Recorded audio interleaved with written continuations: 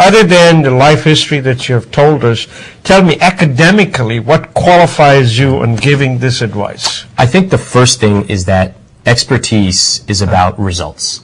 Yeah. It's not about, how fancy words, what fancy words you can use, or even degrees. In fact, in chapter 6, the whole chapter, I tear down this myth of financial expertise, where these guys in New York who wear fancy suits, they're supposedly experts, but they can't even beat the market. They fail to beat it 70% of the time.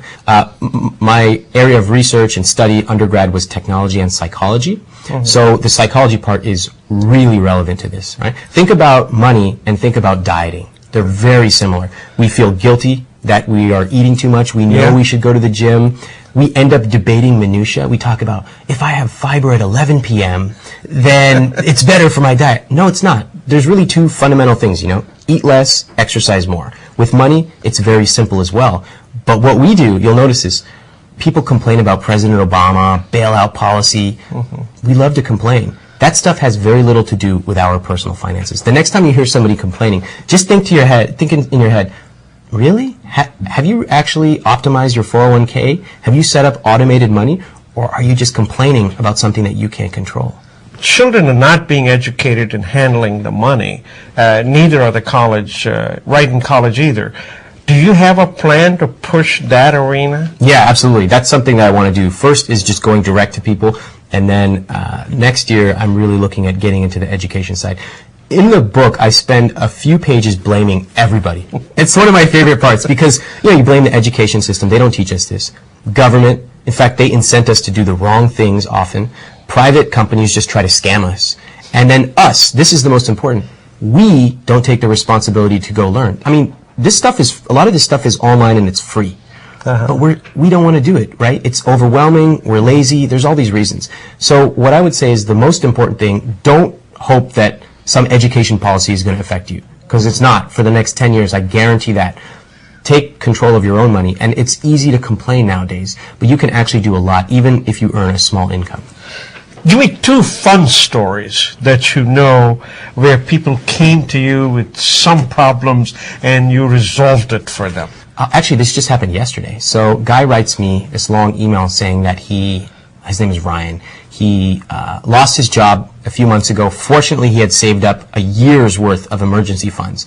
And he's getting very frustrated because in the city he lives, which is in the middle of America, he can't get a job.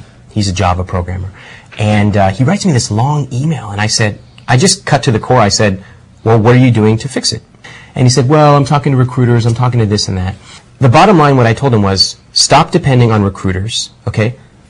Improve your skills and start doing personal networking. A lot of what I talk about on the site is entrepreneurship. Mm-hmm. And from that, he sent me his resume. I looked it over and gave him feedback. And from that, I had people write and say, oh, I'd be really interested in interviewing this guy. Can you send his resume to me? Fantastic. Why? Just because he took the initiative to send an email. Just one email. Think about what emails you could send today that would help you get a better job, right? Or even get a job at all.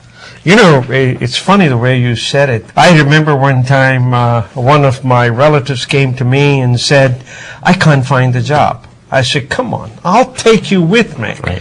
And he said, no, but don't you have to apply? I said, hell with apply. We're going to knock on doors. And we're not going to stop till we get the job. Right. And that's something people have forgotten. Headhunters, smoke and mirrors. Personal knock on the door will get your job much faster. I love that you're talking about really hitting the pavement. And you just ask yourself, how hard would you try to get a job? Yeah. Sitting in a room and sending one email is a good start.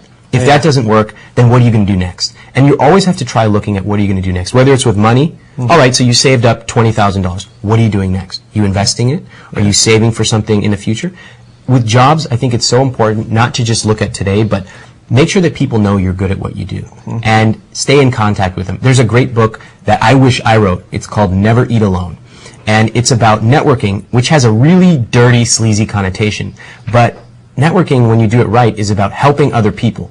You add value to them, help people get jobs. And one day, maybe if you need something, they'll certainly help you. That's absolutely true. And I want to thank you for coming into our studios. If there's any advice before you leave, that's your camera, center of the lens.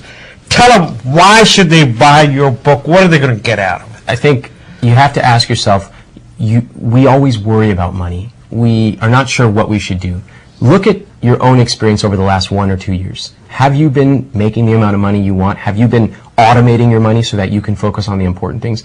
If not, give it a shot. Try, even just look at the blog for free and say, does this guy have something that would help me? And I think if it does, then in 6 weeks you can get your money automatically handled for you. Folks, 250,000 people have been to his blogs. Fantastic stories out there, and you might find yours up there. Thank you once again. Thanks for having me. Good luck to you. Thank you. We shall be right back.